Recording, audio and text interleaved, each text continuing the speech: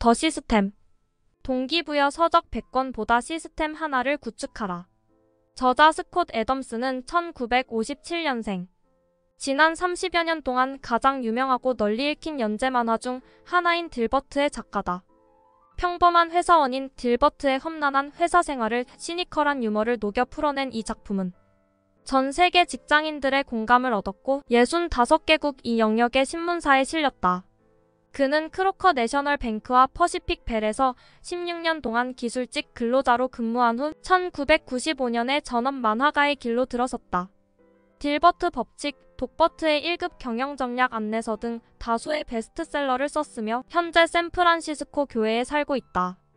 그는 세상 누구보다도 많은 실패를 경험한 사람이다. 목소리가 제대로 나오지 않아 3년 넘게 말을 제대로 못하기도 했고 새끼손가락에 경련이 일어나기도 했다. 건강뿐만이 아니다. 회사에서 해고당하고 수많은 발명과 서비스 사업에 실패했다. 좋은 기회를 놓치고 투자금을 날렸으며 레스토랑 2군데의 문을 닫아야 했다. 그럼에도 불과 몇 년 만에 불운한 회사원에서 세계에서 가장 유명한 만화 중 하나를 탄생시켰다. 더 시스템에는 이런 그의 인생을 집대성했다. 원제 그대로 그가 겪은 수많은 실패들을 지속 가능한 성공으로 바꾸면서 발견한 몇 가지 진실들을 공유한다. 당신을 성공으로 이끄는 시스템을 갖춰라. 여기서 말하는 성공이 누구나 인정하는 사회적인 성공을 뜻할 수도 있다. 하지만 한편으론 매일매일 패배감에 빠지지 않고 나 자신을 토닥여가며 한 걸음 한 걸음씩 나아가는 것이기도 하다. 사실 성공은 여기서부터 시작하는 것이다.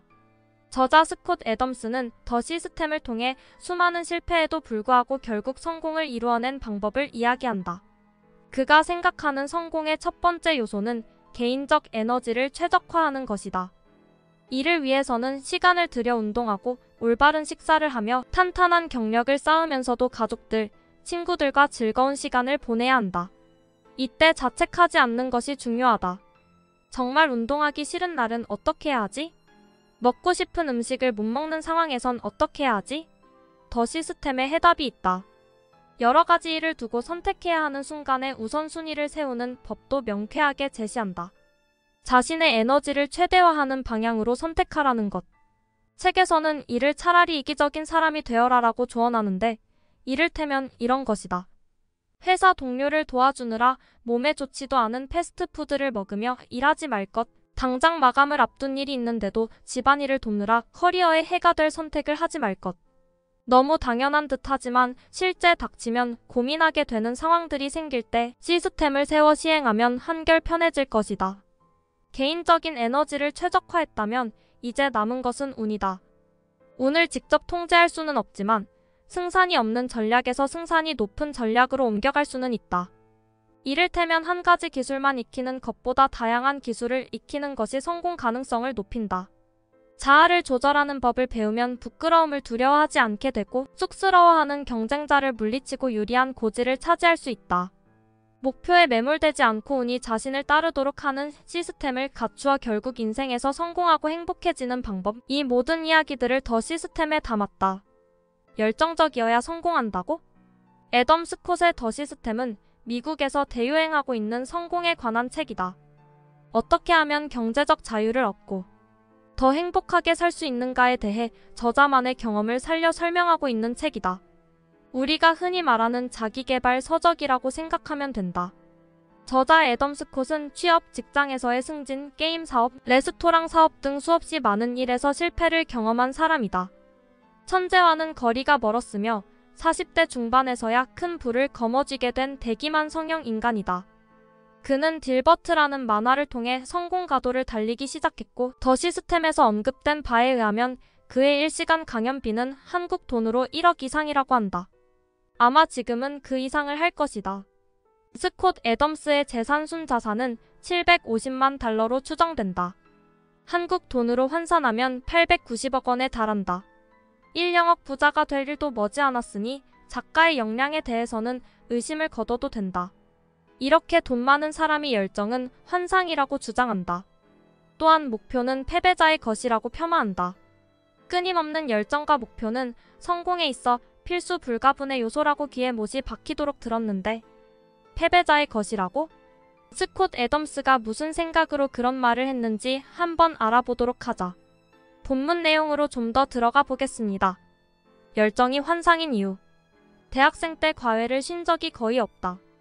용돈만으로 부족해서 항상 과외가 필요했다. 과외를 할 때마다 학생들이 늘 하는 질문은 선생님은 공부를 왜 했어요? 이다. 정말 본질적인 질문이지만 이 질문에 답하기 쉽지 않았다. 하지만 과거를 회상하고 곰곰이 생각해보니 내가 공부를 열심히 할 수 있었던 이유는 성적 오르는 재미였다. 즉, 열심히 하면 성적이 오른다는 것을 어느 순간부터 느끼기 시작했다. 그 쾌감으로 공부를 계속했고 최상위권이 되기까지 공부를 손에 놓지 않았다. 스콧 애덤스의 주장도 이와 일맥상통한다. 사업이나 일을 지속할 수 있는 원동력은 초기 팬들의 열광적인 지지 때문이다. 일이 잘 풀리는 무언가에는 열정적이기 쉽다. 내가 어떤 제품을 열심히 기획하고 만들었는데 제품에 반응이 없으면 진이 빠지기 마련이다. 흔히들 사람이 존버 정신이라고 말하긴 하지만 존버도 결과가 어느 정도 있기 때문에 할 수 있는 일이다. 그렇다고 해서 일이 항상 잘 될 필요는 없다. 일이라는 게 물론 중간에 막힐 수도 있다. 성장이 더딜 수도 있다. 그래도 초기 사람들의 열광적인 지지를 떠올리고 이 사업이 잘 될 거라는 믿음이 형성됐다면 잘 안 풀리던 일에도 끝내는 결과를 볼 수 있다. 열정도 결과가 있을 때 지속될 수 있는 것이다. 불굴의 의지, 존버 정신, 불타오르는 열정은 환상이다. 의지력, 열정 모두 결과에서 나오는 힘으로 지탱된다. 결과가 없다면 지속할 수 없다. 지속한다고 하더라도 스스로의 정신을 갉아먹는 일이 될 것이다. 따라서 초기에 어떠한 반응도 불러일으키지 않는 사업은 애초에 실패를 인정하는 것이 낫다. 나의 과외 이야기로 돌아가 보자. 이제 학생들이 선생님은 공부를 왜 했어요? 라고 질문한다면 나는 성적 오르는 재미 때문에 했어. 라고 답할 것이다. 여기서 똑똑한 친구들은 이렇게 질문할 것이다. 처음부터 성적이 오를 순 없잖아요? 맞는 말이다. 처음부터 성적이 오를 순 없다. 처음에는 공부를 해도 결과가 안 나올 수 있다. 처절히 실패할 수 있다. 실제로 나도 그랬다. 스콧 애덤스도 수없이 실패한 사람이다. 하지만 그는 평범한 사람들과 달리 실패를 다르게 받아들인다. 이제부터는 이에 대해서 말해보겠다. 실패를 환영하라. 실패를 불러들여라. 실패의 가치를 인정하라. 그러고 나서 실패에서 배울 점을 뽑아먹는다. 스콧 애덤스. 당신은 실패를 했는가? 환영한다. 당신은 도전하지 않은 사람은 모를 무언가를 배웠다. 스콧 애덤스는 실패를 환영한다고 말한다. 그리고 배울 점을 뽑아먹는다고 말한다. 그는 실패의 경험으로부터 다음과 같은 교훈을 배웠다. 그가 만든 게임은 실패했지만 이로써 프로그래밍 능력을 길렀다. 레스토랑 사업에는 실패했지만 이로써 사업 운영에 대한 전반적인 것을 배웠다. 승진에는 실패했지만 이직에 성공하면서 더 높은 연봉으로 일할 수 있었다. 이외에도 그는 직장 생활, 투자, 사업 경험 등에서 다양한 시도를 했고 실패를 했지만 이를 통해 무언가를 배웠다. 배움이 축적되어 딜버트를 연재할 당시에는 같은 실수를 되풀이하지 않았고 대중들에게 사랑을 받을 수 있었던 것이다. 실패를 하는 것은 전혀 나쁜 게 아니다. 실패를 통해 무언가를 배우면 된다. 다만 회복 가능한 실패이어야만 한다. 가령 어설픈 사업을 통해 수십억 원의 빚을 지게 되었다면 회복 불가능한 실패이다. 죽을 때까지 월급을 모아도 수십억 원의 빚은 청산하기 어렵고 새로운 사업을 하자니 자금이 부족할 것이기 때문이다. 따라서 나만의 안전지대 안에서 여러 번 시도를 하고 실패를 한다면 어느 순간에 성공적인 결과를 얻을 수 있을 것이다. 적당히 잘함, 월등히 잘함. 실패가 유용한 이유 중에 하나는 실패를 통해 무언가를 적당히 잘하게 되었기 때문이다. 게임 개발을 시도했다면 이를 통해 적당한 프로그래밍 실력을 배울 수 있었을 것이다.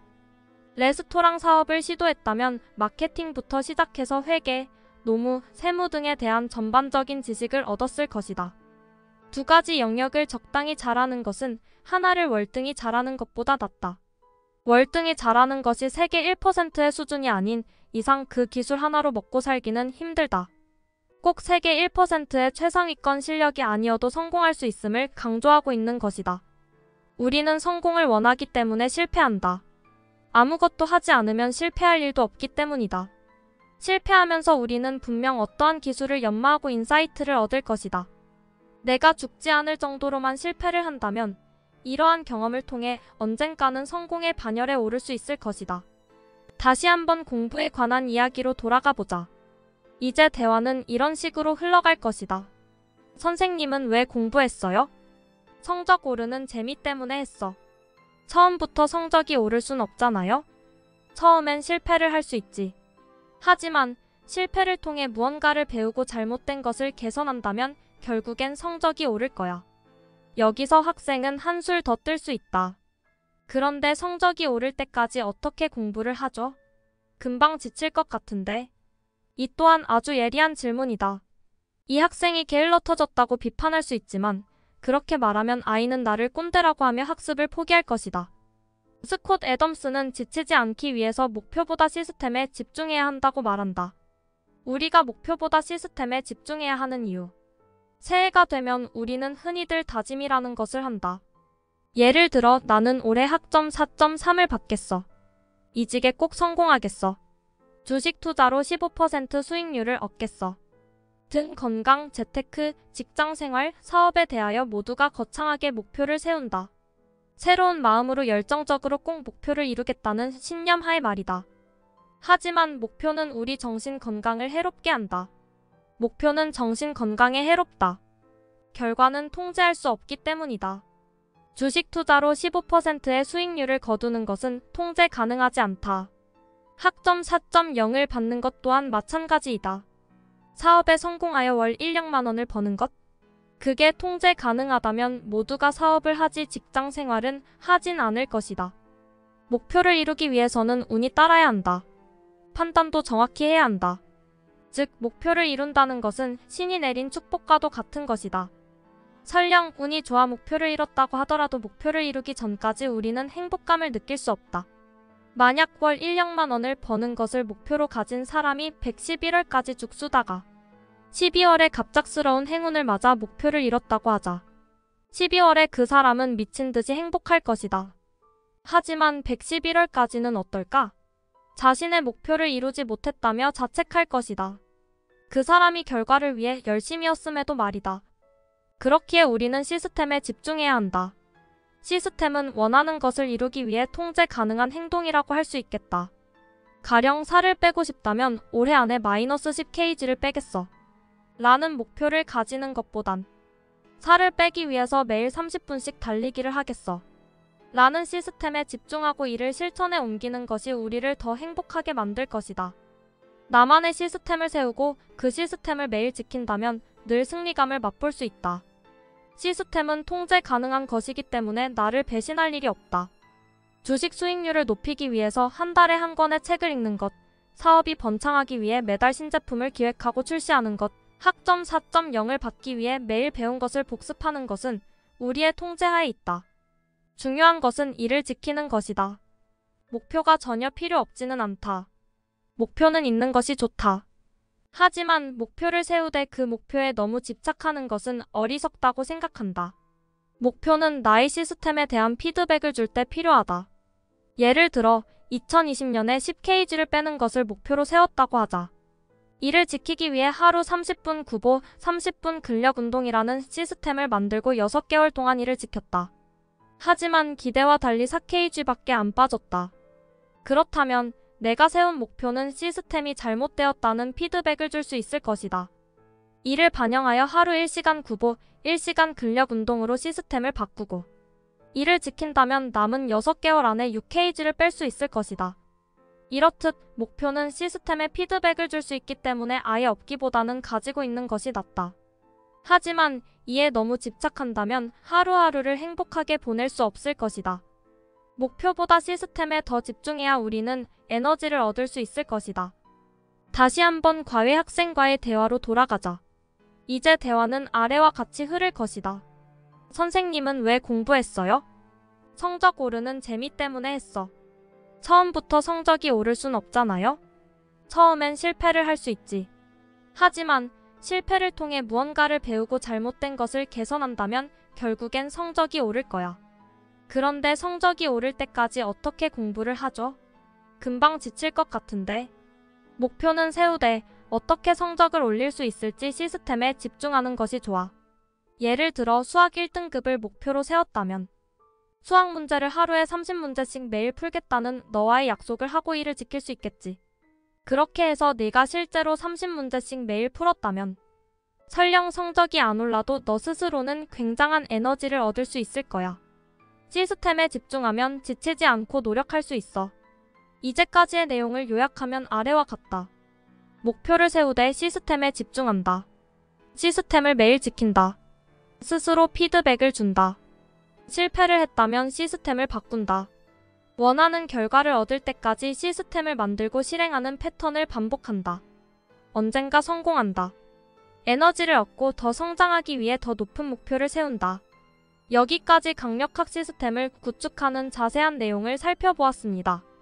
구독과 좋아요 알림 설정은 다음 영상을 만드는 큰 에너지가 됩니다.